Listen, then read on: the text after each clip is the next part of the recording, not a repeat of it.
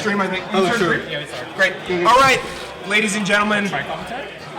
I'll try for sure. Do you want to make a quad? The quad commentary? Quadcoms don't work. I'll pop in every now and then. Tricoms only work if all three people have synchro with each other. Exactly. You know? We're commentating with each other right now. Exactly. Yeah, we're all annoying in the same way. Who's Coney? Who's Ian? Who's TK Breezy? I call being EE for no reason whatsoever. I feel like I'm Coney. Yeah, I guess at least we... I feel like I'm more TK. I don't think I have the jaw to be Tony. I'll be Coney. I can be mean. There you go, yeah. What are these guys doing? I picked EE because he gets to be racist and nobody calls him out for it, but like... Oh, that's... Okay, to be fair, if nobody calls you out for it, that means it's funny, and if it's funny, it's kind of okay. Yes. It's just really funny seeing that the guy like restreams like other events, and when MKLeo wins, he starts playing mariachi music. That's cool. Yeah. That's a cool guy thing to do. That's... Alright, gotta let him out. I'll be back with the vengeance. You better be. Probably.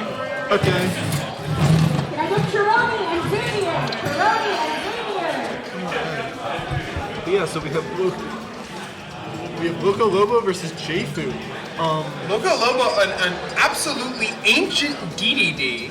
I wouldn't quite say ancient. I think he's just like a father. Yeah. A dormant DDD. Who's J-Fu? J-Fu is a pop player who's been around for like a little while. He just sort of plays like on and off. I think he just has like other stuff that he does. He's also very interested in videography, I'm pretty sure, is his like big thing. So he tries to do that for events he's at. Okay. Yeah, he's not like terrible. Like I would say he's probably better than Texas 70RW. Okay. That's not that hard. Can I get Kokostan, default? But you know, just two friendly faces that we like to see, and whoever wins, I will be happy because they're both like cool people. But as far as how the matchup goes, I mean, by player strength, I would say it is in LocoLobo's favor. In terms of a matchup, I don't know. I guess DDD has a decent time because DDD contests Puff's airspace. I'd imagine though that a lot of the rest confirms are gonna be like easy lemon squeezy. Like down air into rest sounds like something I could do on DDD. Like it doesn't sound particularly hard. And however, DDD does have the kind of like cyclical advantage state at the ledge. Like you can go up, you can go down, you can go all around. DDD's gonna be there, hitting you back off stage. No, exactly. That is his thing. So my guess is that this is going to be better player is going to use from the Puff side better combo extensions and all that. From the DDD side, better disjoints. All right, we're jumping into the air. I love the start. 18 damage. He deserved it. He deserves 18 damage for getting hit by his own Gordo. Is this no? It's not a button check, right? JP just plays like that. Okay. Yeah. Okay.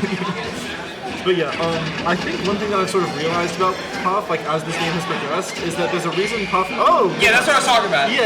It's gonna be very easy to do that. And that's sort of what I was about to get to. Is that like I understand the ire that Puff gets in Melee. I haven't like watched a lot of Melee Puff, because but the thing I've sort of understood, like as time goes on with like Ultimate Puff, is that Puff is just developed into one of those characters that tries to play like not a lot of Smash. He's one of those characters that's been optimized by just being really annoying in neutral, and then getting like the most fucked up advantage state ever, right? Yeah. Like a similar situation to Ridley almost, where like when you watch Slums Ridley, I think that is basically the like ideal like way of playing Ridley, even if his choices aren't always correct. Just because like the flowchart is the best risk reward that character can do in any position. Yes, like Ridley's like advantage state is so disgusting that even if you aren't like comboing and kill confirming, like your opponent's just in a vacuum, like forever. It's like Fox. Yeah, and right now what we're seeing is the DDD wants to kill you move. Like he is going to throw out kill moves until one hits. Yeah, and that was a very good awareness point from LocoLobo, understanding that J-Fu has been spacing out those down tilt or those down airs because generally they wouldn't be punishable. But honestly, I didn't think he would be able to crank that Soldier Boy that far back. No, exactly, right? Like he was like not even close to that down air once he would start the animation. Yeah, this is yuckers, dude. Caught Yeah. the end leg of that nair. Was that the end? Like, I feel like Jacob had the time to put out another banner. Maybe he's just terrible at the game.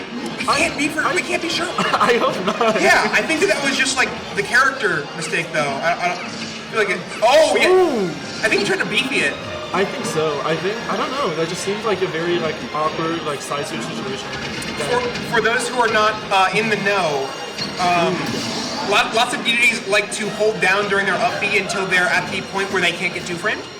So they have armor until they're in like the ledge grab animation. Sure. So that's what he was doing. He was trying to go a little bit higher though, I think.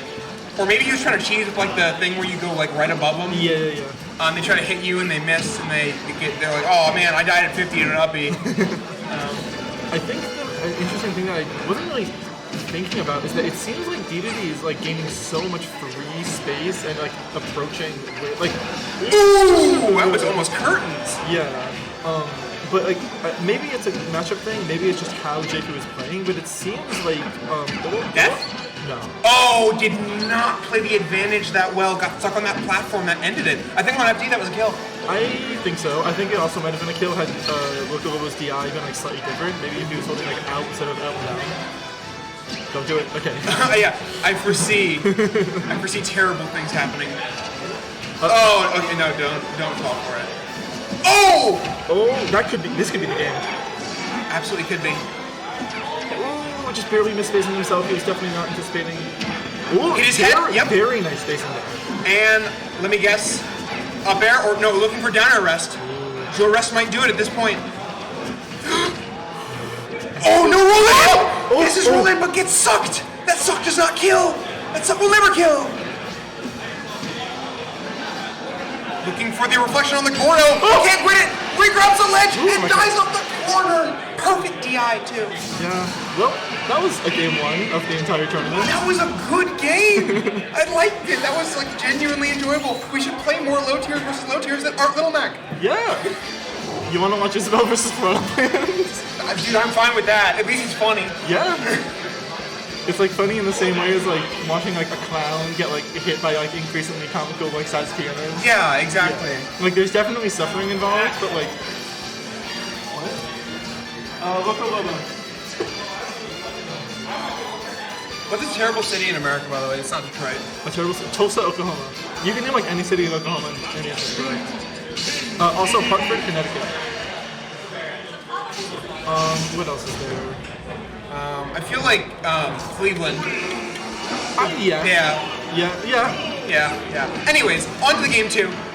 It is interesting that we're seeing a run back to Battlefield. This implies, obviously that they had done Bands Game 1 since they've been there before, but I am curious as to why Jaku may have chosen Battlefield. I think that he foresees a lot of rest confirms, and those don't tend to be as blast zone dependent, but kill zone Jigglypuff do tend to be very blast zone dependent. And the big platforms give you a lot of room to land and play around. That's fair. It just feels like the top platform isn't doing a lot for Jaku, right? Like in this situation, like he can't even reach the top platform like without going like a diagonal line up. Oh, that's curtains for our hero, unfortunately. Like I just feel like the movement is too restricted by the existence of that top platform. Oh! And yeah, like that situation might come up once in a blue moon, but like I don't know. I feel like there were just better stages. And also again, like this means like you just saw with like DDD, like DDD can sit underneath the, like at the edge of a platform and press inhale, and Jaku has to space like. Oh my gosh! Going straight for the jugular there. LocoLobo just annihilating another one of Jaku's stocks. Jaku going through DDD, going through his mouth, saying "For no thanks." He just went straight through, up. But yeah, I think this is just a sort of curtain situation. Not to dwell on the stage too much longer, but it does just seem like you're not going to be able to dwell on it much longer, exactly. I'm afraid. I think DDD just has such a compelling reason to like enjoy this stage against a character like Jigglypuff, who is so dependent on aerial movement. Like look at this, right? Like you can't go over DDD because DDD has a giant. And you can't do that classic like, oh no, Oh! saves his life. What can JFU do? Can he do something cool? JP needs to literally never get hit for the next that'll do it. And I don't think that happened, co-commentator. I think that's curtains for our hero.